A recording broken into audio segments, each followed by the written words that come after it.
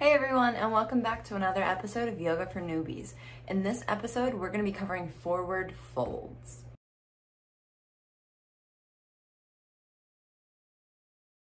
I'm Amanda. I'm an avid yogi and trained yoga teacher who's passionate about making yoga more accessible to people who are newer to the practice or might just have a harder time getting into some of the postures. This series takes basic yoga postures and explains them and breaks them down so that they should be more accessible to someone who is newer to the practice of yoga. We're going to go into forward folds today, which is something that seems really straightforward, and that's because it really should be. But I know a lot of times for newer yogis, it can be really intimidating to see more advanced yogis exhibiting like really flexible hamstrings. They can maybe fold all the way down with legs straight. And it's just important to know what's important in the forward fold and what's not. So we're gonna break it down and make it so that hopefully it will be less intimidating and more accessible to you. And I'll see you on the mat. So right away, if you know you're someone that doesn't have the flexibility to reach the floor and you're not comfortable trying to reach the floor, you may want to just grab some yoga blocks. These are pretty cheap. You can also just use a thick book. So anything that you can put on the floor to put your hands on to bring the floor closer to you will make it easier and should make you feel more comfortable in a forward fold. Barring that, it's perfectly fine to just not go all the way down.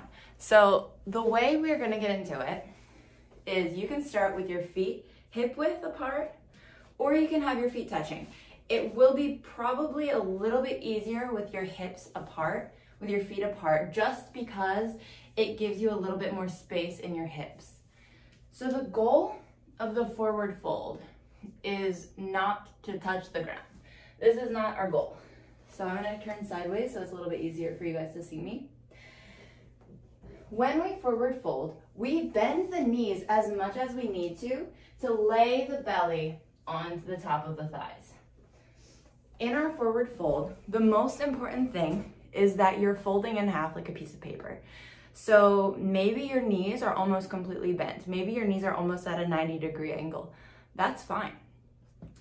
You can take the blocks like this, forward fold, and bring them to your hands, or bring them to the floor and use them to support you. What's really important is that you lay your chest on your thighs and really relax the crown of the head down to the mat, towards the mat. So if you don't want to use mats, ideally you want to place your hands next to your feet. It's okay if they're in front of you. It's okay if they don't reach at all. If this is the best you can do and your hands don't reach, that is absolutely fine. The point is that you are working in the direction of folding in half. Your goal is to lay your belly on your thighs, not to touch the floor, not to get really deep. It's about spinal stretch. So once you get into the forward fold, and here you are, you've got your feet set up, you're comfortable, your knees are bent because you know that they don't need to be straight. Relax the crown of the head down, tighten the low belly,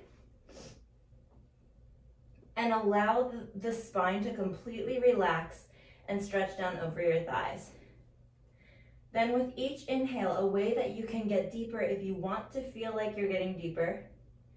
Inhale, lift up just a little bit, and exhale. Maybe you stretch your ribs a little bit closer to the knees. Maybe you don't, maybe you just stay. And then when you're ready, you can move forward into your next posture. You can keep practicing this.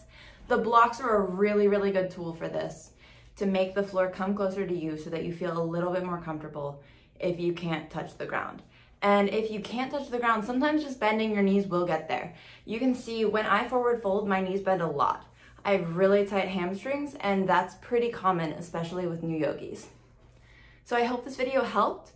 Let me know if you have any questions, and let me know any other postures you might want to see covered in this series.